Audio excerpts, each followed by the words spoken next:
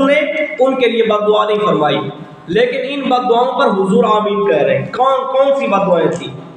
حضرت جبریل نے بد دعا کی، پہلی بد دعا، یا رسول اللہ جو رمضان المبارک کا مہینہ پائے اور رمضان المبارک کے اندر عبادت کر کے اپنے اللہ کو راضی نہ کر لے، اپنی بخشش نہ کروا لے، وہ شخص ہلاک ہو جائے۔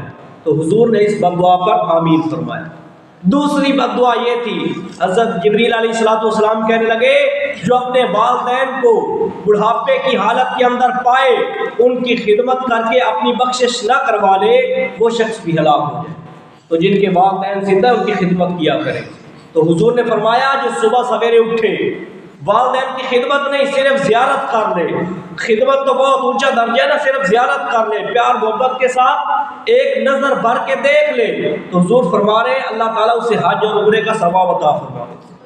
یہ والدین کی عزت اور قدر اور شان ہے والدین کی۔ تیسری بد دعا کیا تھی؟ حضرت جبریل کہنے لگے یا رسول اللہ جب آپ کا نام آئے، اس میں گرامی آئے محمد صلی اللہ علیہ وسلم، جو آپ پر درود نہ پڑے وہ شخص بھی ہلاک ہو جائے۔ تو درود شریف حضور پر کثرت کے ساتھ پڑھا کریں۔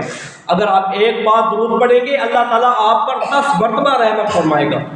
درود شریف